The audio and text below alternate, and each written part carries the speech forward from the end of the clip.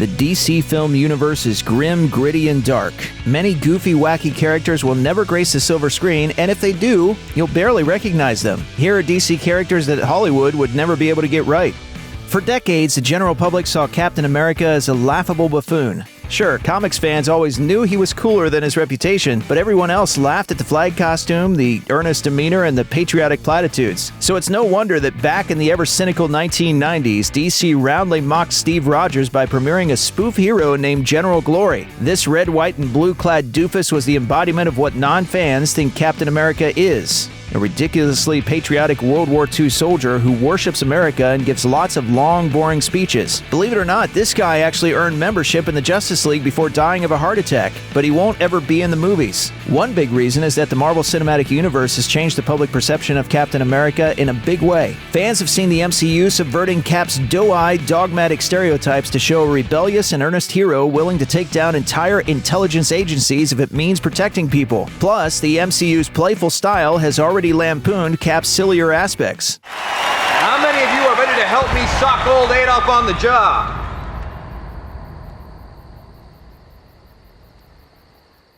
In today's cinematic world, General Glory would just seem like a spoof that missed the point. If there's one Batman foe whose name will never appear on the big screen, it's Mitchell Mayo, better known as the Condiment King. Yes, that's really his code name. Silly as the Condiment King is, he's not so unusual a figure in the realm of comic books or cartoons, where a series can last for years and intentionally goofy bad guys are actually fairly common. In big-budget movies, though, screen time is gold, and nobody would be happy if the first 5 minutes of the next Batman film were wasted on this buffoon. It'd be even worse if the filmmakers went through mountains of effort to turn the Condiment King into a real bad guy instead of just adapting a great and unused villain. Condiment King did manage to get a quick cameo in the Lego Batman movie, but that's the closest he'll ever come to big screen fame. Brother Power the Geek started his life as a mannequin brought to life by a bolt of lightning. Yes, he's a puppet Frankenstein or an electrified Pinocchio depending on how you look at it. Anyway, this living mannequin also gets superpowers, but he doesn't go on some cliché rampage. Instead, he embarks on a psychedelic adventure through hippie counterculture, learning the values of love, peace, and pacifism. Eventually, he sees the limits of his approach and decides to make a real difference in the world by running for U.S. Congress, where he comes face-to-face with his wicked arch-enemy, Ronald Reagan. Considering that the CW's Arrow won't even dare to glance at Oliver Queen's famously liberal politics in the comics, there's no way a faithful adaptation of Brother Power the Geek is ever happening. Sure, Watchmen is political too, but a movie with Ronald Reagan as the big bad, shooting a living hippie mannequin into space? Some things just aren't meant to be.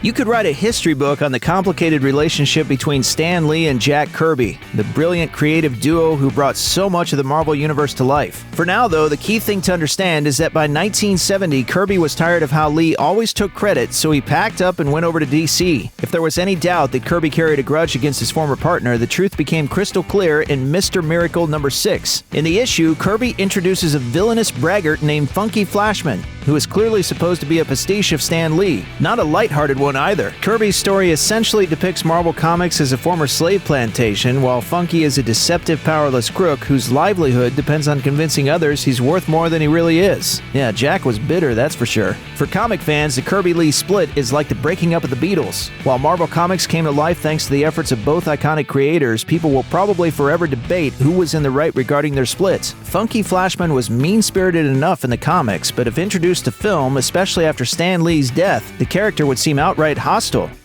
If you read some of those influential Justice League comics from the late 90s, you might be surprised to find that the teammate with the giant wings isn't Hawkman, but a guy named Zauriel. This flying do-gooder was a major hero for a while and was popular enough that you'd expect him to pop up in a film someday. There's just one issue.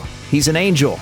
As in a real, honest-to-goodness Christian angel sent down by heaven to perform some commanding righteousness. Now, plenty of ancient mythologies make prime fodder for superhero movies, particularly the Greek and Norse varieties. However, there's no way Warner Bros. Wants to start populating their cinematic universe with any mythology from contemporary religions. Bringing Zauriel into the movies could mean transforming him into an everyday alien with wings, or something along those lines, but at that point, he wouldn't even be Zauriel anymore, so why bother? If you've ever gone digging for the goofiest superheroes in comic book history, you're probably familiar with Matter Eater Lad. A member of the Legion of Superheroes, this cheerfully hungry dude comes from an alien species which evolved to eat everything. That means that no matter what you throw in front of Matter Eater Lad, he's going to chew and swallow his way through it. A metal fence? No problem. Ray guns, he's your guy. Those 3 tough-as-nails bodyguards blocking the door? Sure? Not only is Matter-Eater Lad absolutely ridiculous, he's also so overpowered that he could chew through Darkseid in seconds. On film, this would lead to every villain being easily defeated in such silly ways that even someone as dominant as Captain Marvel would look mild in comparison. Besides that, putting him into live action would also lead to way too many awkward questions. What do his bowel movements look like? Who knows, though maybe this guy is the next Deadpool. No, please don't. Are you kidding me? No. Not on my watch, mother. I'm gonna die right now. I'll die. So, lots of people will tell you that Catman, aka Thomas Blake, is far more interesting than his name might imply. They'll say that he's a developed character who has come a long way from his not-so-impressive beginnings. In a movie, though, it just won't matter because Catman is an absurd vigilante identity. No matter how you try to maneuver around it, film is a visual medium, and a live-action Catman would just come across like a half-Batman, half-Catwoman reject with a dash of Wolverine and none of the flair. People would constantly be asking if he's a long-lost son of Bruce and Selina, or wondering why he couldn't be bothered to come up with a more unique identity instead of just stealing her whole identity. Not every character can easily translate to film, and Catman is a prime example of that. Marvel and DC often rib each other by creating knockoff versions of the other company's characters, which is how Batman Beyond featured a spoof of the Fantastic Four called the Terrific Trio. Comprised of a Reed Richards knockoff named 2D Man, an ice-powered woman called Freon, and a human-turned-molten monster referred to as Magma, these do-gooders live in a big tower and are Neo-Gotham's biggest heroes. That all changes when the sinister truth regarding their origin story is revealed and they turn into city-destroying bad guys that only Batman can stop. Obviously, these guys aren't coming to a cinema near you. While the Fantastic Four are huge heavy hitters in the comics, their feature film adaptations haven't fared quite as well. At this point, releasing a movie making fun of them would just feel like punching down. Besides all that, if a Batman Beyond movie does get made someday, the Batman of the future has plenty of other A-list villains before the Terrific Trio should even be considered.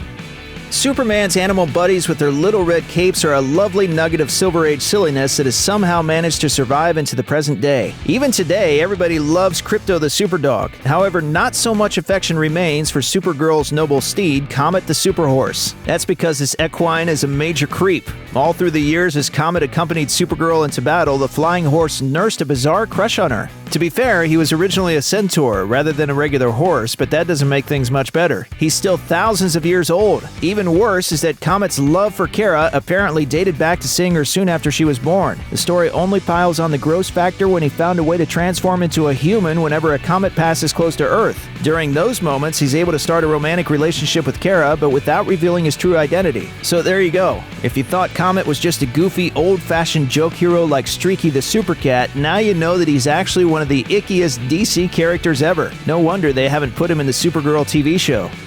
These days, the former Justice League of America usually goes without the nation-specific part of their title. That makes sense, considering the team is more likely to save the galaxy from aliens than participate in voter drives. Back in the day, though, the JLA was assisted by Justice League Europe, but they weren't the only region-specific Justice League. One comic book even introduced an exceptionally weird pocket organization from the South called Justice League Antarctica. You'd probably figure that this team's duty was to reverse climate change or fight shape-shifting monsters from space alongside Kurt Russell, but you'd be wrong. Justice League Antarctica was actually comprised of B-list villains pretending to be heroes. Supposedly, the real reason they're stuck at the South Pole is because the real Justice League wanted to put these jokers somewhere they'd cause the least damage. Little did they know the team would soon be facing off against the threat of killer penguins. Considering the concept of villains turned heroes is already associated with the Suicide Squad, not to mention Marvel's Thunderbolts, don't count on seeing these strange fellas anytime soon. Everyone remembers Batman Year One. It's the definitive Batman story in many respects. Not as many people remember Batman Year 2. Mostly because it wasn't very good. However, one noteworthy contribution that Year 2 did make to the Bat mythos was a skull-faced bad guy known as the Reaper. This death-themed evildoer is Judson Caspian, a wealthy Gotham socialite who by night prowls the streets with scythe-shaped wrist blades, executing those he deems immoral. The big twist? His daughter Rachel is engaged to Bruce Wayne. Another big twist that isn't quite as cool is that he makes lots of painfully awkward references to a certain Blue Oyster Cult song. All right, here we go. Don't fear the Reaper. Take one. Putting Year 2's quality aside, the Reaper's character has a lot of potential. That's why the Andrea Beaumont character in Batman Mask of the Phantasm borrowed all the best elements of the character, cut out the bad ones, and became a fan-favorite villain. At this point, if Warner Brothers ever approached the Reaper concept, they'd be far more inclined to adapt the far more interesting Phantasm over the lesser skull-faced villain. Check out one of our newest videos right here. Plus, even more Grunge videos about your favorite superheroes are coming soon. Subscribe to our YouTube channel and hit the bell so you don't miss a single one.